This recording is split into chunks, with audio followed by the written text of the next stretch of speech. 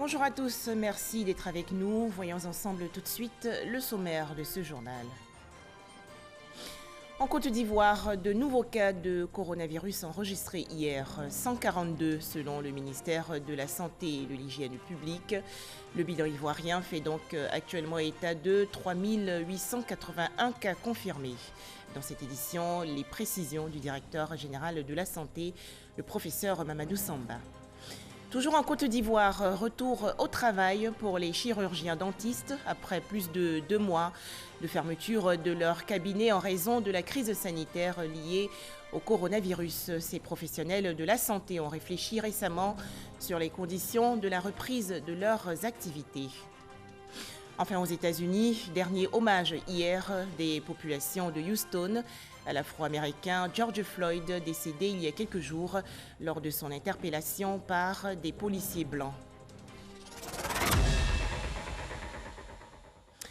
Vaincre la maladie à coronavirus, c'est possible, et cela en respectant strictement les gestes barrières.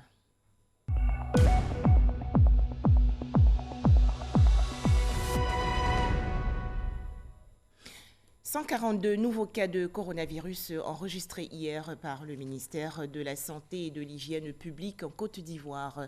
Ce nouveau bilan porte à 3881 le nombre de cas confirmés dans le pays, dont 1869 personnes guéries et 38 décès.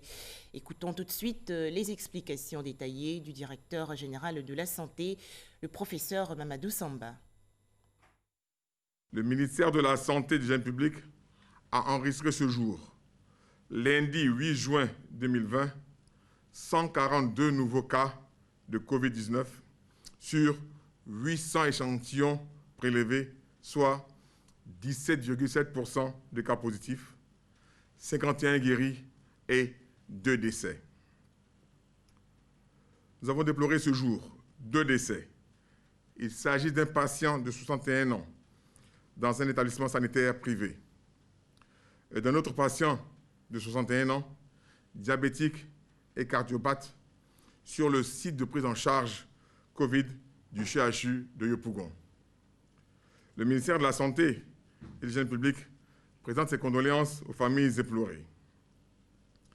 À la date du 8 juin, la Côte d'Ivoire compte donc 3881 cas confirmés, dont 1869 personnes guéries, 38 décès et 1974 cas actifs. Le nombre total d'échantillons est de 32 349. Le ministre de la Santé et de l'Hygiène publique constate un relâchement dans le respect des mesures barrières, notamment le lavage régulier des mains avec de l'eau et du savon et le port du masque lorsque nous sommes dans des lieux publics. Ces mesures ont pour objet de vous protéger et de protéger les autres. Il rappelle que la pandémie n'est pas terminée et que seul le respect des dites mesures peut nous permettre de contrôler et de maîtriser la pandémie sur notre sol. À présent, quelques statistiques du coronavirus en Afrique de l'Ouest. Tout d'abord, le Ghana, avec 9 910 cas confirmés de coronavirus, dont 48 décès. La Guinée-Conakry, avec 4 117 cas confirmés, dont 23 décès. Le Sénégal fait face à 4 427 cas confirmés, dont 49 décès. Et le Burkina Faso avec 890 cas confirmés, dont 53 décès. Le continent africain comptabilise 197 205 cas confirmés de coronavirus, dont 5 367 décès. Enfin, dans le monde entier, à noter environ 7 136 000 cas confirmés de coronavirus, dont au moins 406 925 décès. Prenons garde à nous, car le coronavirus est encore présent en Côte d'Ivoire, alors évitons de pratiquer les sports collectifs, de consommer la viande de brousse et respectons les gestes barrières. Ce sont là Les instructions données hier aux populations par la représentante du ministère de la Santé, le docteur Edith Kouassi, et par le porte-parole de la police nationale, le commissaire principal Charlemagne Bleu. Ils ont tous les deux animé le point presse organisé par le gouvernement.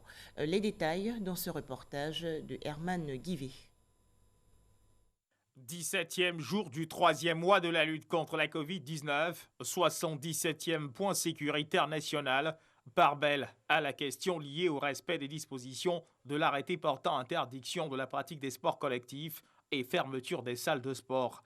Un arrêté qui ne semble pas du tout respecté sur le terrain, d'où cette interpellation faite par le porte-parole des forces de défense et de sécurité, le commissaire Bleu Charlemagne. Passion partagée pour le sport collectif, d'accord, mais respect de l'arrêté ministériel d'abord. Ceux qui ne respectent pas naturellement la mesure liée à l'interdiction des sports collectifs, naturellement, ils s'exposent à des sanctions sévères pour non-respect d'une décision administrative, en l'occurrence l'arrêté 201 du ministre des Sports en date donc du 14 mai 2020, et donc qui va en cela constituer une contravention. Mais plus loin, cela peut emporter également le délit, donc plus lourd de conséquences, de mise en danger de la vie d'autrui, atteinte à la santé publique. Parce que jouant en équipe, on ne sait pas qui est positif, qui ne l'est pas. La mesure de distanciation physique n'étant pas respectée, vous pouvez contaminer une grande masse de personnes. Au titre des mesures préventives de propagation de la maladie, l'interdiction de consommation de la viande de brousse, le risque de sanction reste présent. La question de viande de brousse, bien entendu, nos soldats des eaux et forêts y veillent, mais avec eux, toutes les FDS. Ce sont des mesures qui ont été prises pour le salut sanitaire de l'ensemble de nos populations. Et donc, il n'est pas question que parce que les maquis, les restaurants sont ouverts, qu'il faille aller consommer. D'abord même, proposer cela à la clientèle, et puis ensuite, cette clientèle-là, en toute responsabilité, aller donc consommer. Quiconque sera pris en flagrant délit de consommation de viande de brousse, en tout cas, ira devant les tribunaux, parce qu'il sera déféré. C'est ce que je voudrais dire. C'est interdit jusqu'à nouvel ordre, parce qu'on a des espèces qui portent le coronavirus. Il faut éviter, dans les maquis qui sont certes ouverts, les restaurants qui sont ouverts, évitons de manger la viande de brousse. Sur le plan sanitaire, l'on note la recrudescence des cas de contamination. Il ne faut surtout pas baisser la garde. De gros foyers se sont développés dans d'autres communes comme Abobo, Yopougon, Koumansi et Trècheville, après Marcory et Cocody. Le ministère de la Santé et du Jeune Public voudrait ici féliciter les communes qui ont réussi à changer le rang qu'elles occupaient initialement et les encourage à encore plus d'efforts pour limiter au maximum les risques de contamination dans leur commune. Le ministre de la Santé et du Jeune Public, le docteur Eugène Akawele, en appelle au civisme et à la responsabilité de tous pour venir à bout de cette pandémie dans notre pays. Alors, remobilisons-nous en ayant pour seul objectif d'inverser la tendance actuelle qui inquiète, surtout dans ce contexte de reprise progressive des activités dans tous les domaines de la vie. La barre des 3000 cas franchis, une guerre contre le coronavirus, loin d'être gagnée, seule la discipline et le respect des mesures barrières permettront d'y arriver. Plus de 7 millions de cas confirmés de coronavirus dans le monde entier. La Covid-19 chamboule tout, notre vie quotidienne, le travail, l'économie des pays. Tous les secteurs d'activité sont affectés. Le coronavirus est très mortel et il n'existe toujours pas de vaccin.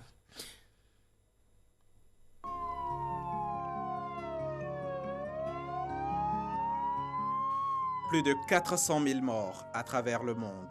Plus de 7 millions de malades à ce jour. Le coronavirus a mis à genoux l'économie mondiale et la planète observe une pause.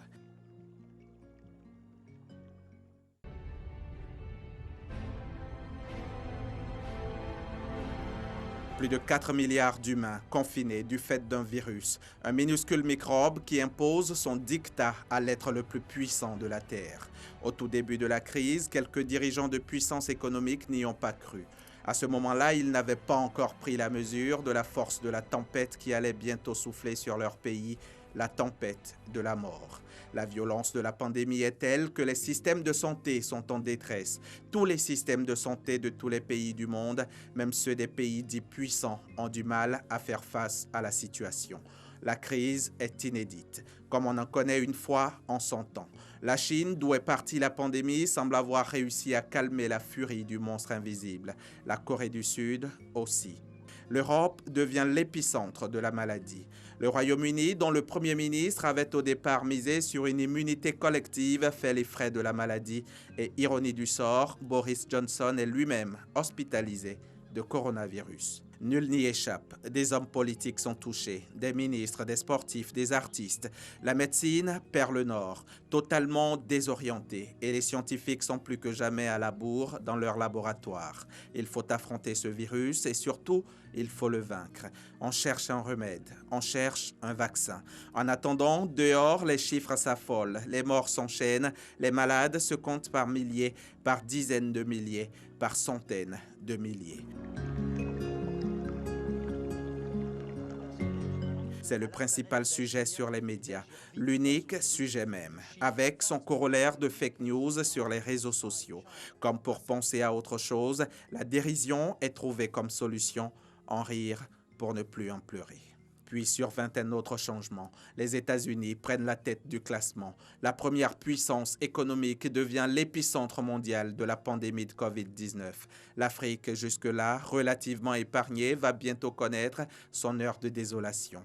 Les premiers cas sont annoncés, les premiers morts aussi. À Marseille, en France, un infectiologue et professeur de microbiologie évoque la chloroquine comme potentiel remède, ce qui suscite une vive controverse. Mais cela suffit pour que de nombreux pays tentent l'expérience. Comme partout ailleurs, en Côte d'Ivoire, on prend des mesures. L'école ferme, les restaurants baissent rideaux, les maquis, les bars et même les lieux de culte sont portes closes. Le monstre prend le contrôle de tout. On se plie à ses caprices. Il faut supporter le couvre-feu. On n'a plus le droit de se serrer les mains, s'embrasser, manger ensemble. Il faut vivre masqué, se laver régulièrement les mains et notre propre visage devient même la propriété de ce virus. Il nous est désormais interdit de le toucher. Le télétravail, on commence à s'y habituer. Les conseils de ministres et de gouvernement sont même faits par visioconférence. Les élèves suivent les cours depuis la maison. Les artisans en font les frais, les artistes également. Plusieurs chanteurs en profitent pour sensibiliser. Quelle maladie qui nous met à genoux, et déjà il m'est familier. Unissons-nous pour vaincre cette pandémie. La RTI arbore de nouveaux habits, le magnifique studio de JT a un nouveau décor. C'est Midi adopte la distanciation physique avec son public. Pour visiteurs et personnel de la première et plus grande chaîne audiovisuelle du pays, c'est désormais lavage des mains obligatoire et contrôle de température. Dans nos villes, les transporteurs souffrent de la situation et que dire des plus vulnérables. Une chaîne de solidarité nationale se mobilise, heureusement. Entreprises publiques, privés, particuliers, tous se sentent concernés. L'onde de choc de cette crise sanitaire descend jusque dans nos hôpitaux. Nos établissements sanitaires se vident. Les populations ont peur d'être contaminées au coronavirus. Une erreur, disent les spécialistes. D'autres crises pourraient en découler et se prolonger dans le temps avec des conséquences dramatiques, inimaginables. Il faut faire vacciner nos enfants. Nos rites religieux sont bouleversés. Le carême et la fête de Pâques sont vécus dans le confinement par les chrétiens. C'est un ramadan confiné aussi pour les musulmans. Période d'autant plus difficile pour ces derniers que leur guide suprême, président du COSIM, Cheikh Alaïma Bouakari Fofana, est terrassé par le coronavirus. Avec lui, une trentaine d'autres nous ont quittés du fait de l'ennemi public numéro 1. Ils sont pleurés par la nation tout entière, une nation soudée dans l'adversité. La crise du coronavirus perdure. Pourtant, il faut sauver l'économie. Les mesures sont donc allégées. C'est la réouverture de l'école en Côte d'Ivoire. L'année scolaire sera préservée. Les mosquées, les temples, les paroisses peuvent à nouveau rouvrir. On peut de nouveau aller et venir dans la nuit dans le Grand Abidjan et partout sur le territoire national. Plus de couvre-feu nocturne. Mais désormais, l'on doit sortir avec un masque de protection pour réduire considérablement la transmission. C'est une obligation. L'État en a d'ailleurs commandé 200 millions d'exemplaires et les distribue gratuitement à travers l'UVICOSI, l'Union des villes et communes de Côte d'Ivoire. Sans compter la fabrication locale de bavettes qui est également à saluer. Et dire que 2020 était annoncé comme une année 20 sur 20. Nul n'a pensé à 20 divisé par 20 pour le chaos que nous vivons ou alors 20 plus 20 pour la quarantaine. En attendant son éradication totale, il faudra donc apprendre à vivre avec ce virus. Cela dans le strict respect des mesures barrières et l'État fait sa part. La sensibilisation se poursuit. Des numéros gratuits et anonymes sont opérationnels. Des centres de dépistage volontaires sont ouverts dans les communes du Grand Abidjan. Un point de presse quotidien est fait pour informer l'opinion et depuis environ 90 jours, chaque soir, le ministre de la Santé s'emploie à faire le point de la situation. Du premier cas enregistré en Côte d'Ivoire le 11 mars 2020, on était loin de s'imaginer qu'on en compterait autour de 4000, moins de 3 mois plus tard. Cette lutte contre le nouveau coronavirus est un combat de tous, un combat de chacun. La discipline, le maître mot pour gagner cette guerre. Il n'a jamais été aussi simple d'éviter une maladie, rester chez soi ou sortir avec son cache-nez. Alors que ce soit le ou la Covid, en attendant le jour où on pourra s'embrasser et sortir à nouveau, ce virus est toujours là, réel et il est surtout mortel.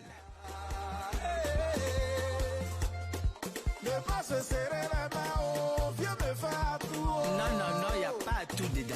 Il faut éternuer ou bien tousser dans son cou d'eau. Donc c'est comme ça tu pourras te protéger et protéger ton entourage. Un commentaire de Hamza Diaby. Les chirurgiens dentistes de Côte d'Ivoire frappés de plein fouet par la crise sanitaire liée au coronavirus. Ils avaient fermé leurs cabinets publics et privés en mars dernier pour respecter les mesures barrières et ont ainsi subi un préjudice financier important. Aujourd'hui, avec la levée de certaines restrictions, ces professionnels de la santé réfléchissent sur les conditions de leur reprise du travail. Les explications de Jean-Marc Djadji. À Cocody ce matin, Pascaline, chirurgien-dentiste, retrouve de bonne heure une de ses patientes. Miroir, détartreur et pince dentaire, tout le dispositif est en place. Pascaline reprend ses activités après plus de 2 mois d'arrêt de soins de routine dû à la pandémie de la Covid-19. Depuis le 23 mars jusqu'à début mai. Il y a eu 0 activité, donc 0 chiffre d'affaires. Dès qu'on a réouvert, les patients se sont précipités pour les soins. Dans le cabinet de Pascaline, le port du masque, le lavage des mains et la limitation des patients en salle d'attente sont observés. Avec le respect de ces mesures barrières contre la maladie à coronavirus, la confiance semble être revenue chez les patients et le personnel. J'avoue que j'ai mis du temps avant de revenir parce qu'effectivement, cette affaire fait vraiment peur. Mais bon, quand je suis venue, elle m'a rassurée et j'ai vu moi-même également tout ce qu'elle prenait comme précaution et je pense que là, la confiance est revenue. Dr Kadjo est le président de l'Ordre national des chirurgiens dentistes de Côte d'Ivoire. Dans son cabinet des 2 plateaux, il se prépare dans le respect des mesures sanitaires pour une consultation. Pour les privés, il y a un manque à gagner énorme qui est parti de 30 à carrément 0. Au niveau donc des chiffres d'affaires. Ensuite, il y a le personnel. Il va s'en suivre que si les cabinets étaient fermés, le personnel ne vient pas. Et comme nous devons le payer avec ce que nous avons, eh bien, c'est le personnel qui a été soit mis en congé partiel ou carrément mis de côté le temps qu'on puisse réouvrir. Réunis à l'UFR Odontostomatologie de l'Université de Cocody, les chirurgiens dentistes du secteur public et privé réfléchissent sur la reprise des soins de routine après plus de 2 mois d'arrêt. Décision prise le 18 mars dernier, en début de crise. Ils s'accordent à exercer dans le strict respect des mesures barrières et implore le soutien du gouvernement. L'État de Côte d'Ivoire a prévu des fonds de soutien pour accompagner toutes ces structures privées, voir comment il faut bénéficier de ces fonds. Les chirurgiens dentistes de Côte d'Ivoire restent un maillon sensible dans la chaîne de transmission de la Covid-19. Ils en appellent à la responsabilité de chacun pour le respect des mesures édictées par le gouvernement. Direction Bouaké, dans la région centre du pays. Des kits sanitaires ont été distribués il y a quelques jours aux établissements scolaires dans le cadre de la lutte contre le coronavirus. C'est une initiative de Souleymane Touré, conseiller technique du Premier ministre chargé de la formation de la jeunesse. Reportage Kader Sogodogo de RTI Bouaké. Tant que tu n'as pas parlé, on ne peut pas savoir ce que tu penses. Donc, c'est dans le parler, dans le langage, que toujours s'extériorise ta pensée. Lycée des jeunes filles de Bouaké, les cours vont bon train. L'environnement est dominé par les mesures barrières. Lavage des mains, port de cache-nez et surtout 1 mètre entre 2 personnes. C'est justement pour soutenir cette nouvelle réalité que le conseiller technique du Premier ministre chargé de la promotion de la jeunesse, de l'emploi des jeunes et du service civique est en tournée dans quelques établissements de Bouaké. La lutte contre la Covid-19 doit faire l'objet d'un sursaut national parce que si tout le monde s'approprie le combat contre sa propagation, nous aurons aidé le gouvernement à bouter hors de nos frontières et hors de nos réalités la pandémie à Covid-19. L'occasion est belle pour offrir des kits de lavage des mains, toutes choses qui participent au combat contre la Covid-19. L'école est le lieu où grouille la force de ce pays, c'est-à-dire la jeunesse. Et venir à nous pour nous aider, pour aider la jeunesse de Côte d'Ivoire à survivre, à vivre et à continuer l'école, c'est un acte à saluer. Du côté des enseignants, l'application des mesures barrières renforce leur volonté de dispenser au mieux le savoir. À quelque chose, malheur est bon. Hein? Si on pourrait rester avec 25 élèves par classe, ce serait vraiment super. On a le droit de regarder sur les élèves, même si quelqu'un bouge, on sait ce qui a bougé. Alors qu'avant, on avait tous les problèmes avec cette classe, parce que c'est une classe qui est un peu turbulente, beaucoup bavarde. Mais aujourd'hui, c'est calme. Du lycée des jeunes filles au lycée moderne 2, en passant par le lycée Martin Luther King et bien d'autres établissements, la délégation a félicité le corps enseignant et le personnel pour leur engagement aux côtés du gouvernement. Autre actualité, aujourd'hui, mardi 9 juin 2020, c'est la journée mondiale de l'accréditation. Thème retenu, améliorer la sécurité sanitaire des aliments. Les précisions de Franck Quadio. Chaque 9 juin est célébré dans le monde l'accréditation, ce mécanisme de valorisation des organismes d'évaluation de la conformité des productions diverses. Pour cette année 2020, le thème choisi est améliorer la qualité sanitaire des aliments. À travers ce thème, il s'agit de montrer l'importance de l'accréditation dans la mise à disposition des populations, des aliments sains et plus sûrs en vue de garantir la santé et le bien-être des populations. La Côte d'Ivoire, à l'instar des pays membres de l'espace UEMOA, a intégré l'accréditation comme système d'évaluation de la conformité par l'adoption d'une loi sur la promotion de la qualité en 2013, suivie de l'adoption de 2 décrets d'application, un choix judicieux, surtout dans ce contexte particulier de lutte contre le coronavirus. Dans ce contexte, l'accréditation des OEC revêt une importance toute particulière, eu égard au rôle qu'il joue dans le processus de contrôle et d'inspection des produits utilisés dans la mise en œuvre des mesures barrières.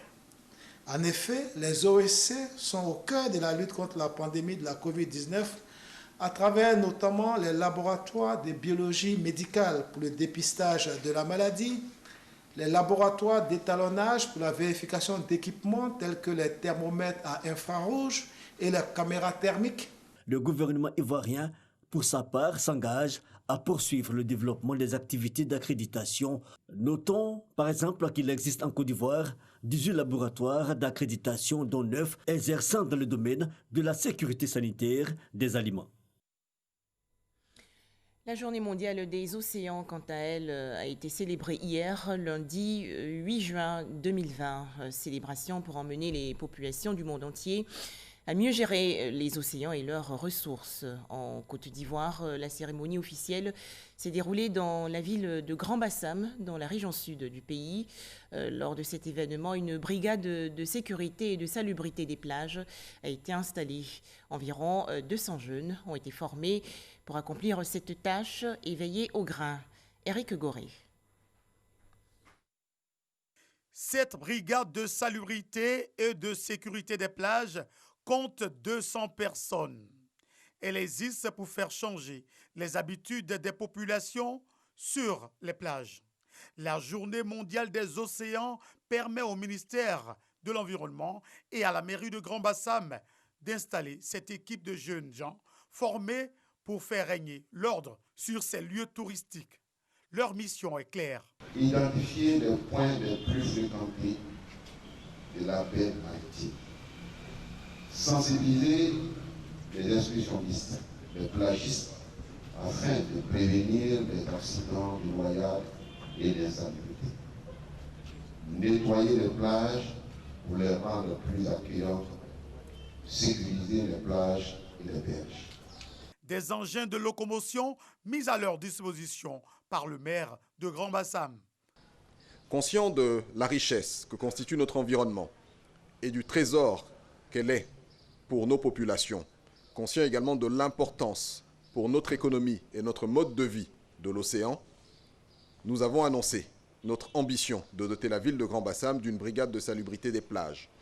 Est-il besoin de rappeler que les océans, qui couvrent 70% de la surface de la Terre, abritent également 80% de l'ensemble des formes de vie, contribuant ainsi à garantir notre sécurité alimentaire. La Journée mondiale des océans est célébrée chaque année pour sensibiliser à une meilleure gestion des océans. Le lancement a été fait en 1992 au sommet de Rio. Direction Boundiali, dans la région nord du pays. L'opération Grand Ménage a été lancée le 6 juin dernier. Objectif, emmener les populations à rendre les villes et villages plus propres. La ministre de la Solidarité, de la Cohésion sociale et de la lutte contre la pauvreté, Maria Toukoune, a sensibilisé les habitants. On en parle avec Ami Sissoko. Ça là, la saleté qui sort. Kafana est rappelé à l'ordre par la ministre Maria Toukoune, premier magistrat de la commune de Boundiali. Au quartier Bélé, les canalisations des eaux usées de ce locataire débouchent sur la voie publique. Tu as des enfants? Oui. Tu ne penses pas à la santé de tes enfants? Oui. Donc toi-même, ta santé, la santé de tes enfants, la santé des habitants du quartier. Au nom de ça, il faut faire en sorte que le problème soit résolu le plus rapidement possible. Oui, c'est pas propre comme ça. Non, il n'y a pas de maman, j'ai compris. Merci. Je vais prendre les dispositions. Okay. C'est l'opération Grand Ménage ce premier samedi du mois de juin, conformément à la tradition. La ministre maire est à nouveau sur le terrain pour constater l'avancement de cette opération. Plusieurs quartiers sont sillonnés. Pour le succès de l'opération Grand Ménage, un groupe de jeunes en a fait une affaire quotidienne. Nous avons même instauré un service de ramassage d'aujourd'hui, mais certaines personnes refusent d'y adhérer, ce qui fait qu'aujourd'hui nous sommes encore devant eux pour pouvoir ramasser. Dieu merci que Madame le maire était là pour pouvoir les sensibiliser également. Sincèrement dit, dans le quartier, souvent mon mari même il sort, il ramasse, il brûle, mais après ça revient encore. Maria Toukoune donne ici l'exemple et invite ses administrés à faire de Boundiali une ville propre en adoptant des gestes de salubrité, surtout en cette période de Covid-19. À ce côté, le préfet de région de la Bagoué, Georges Gueux Gombagui.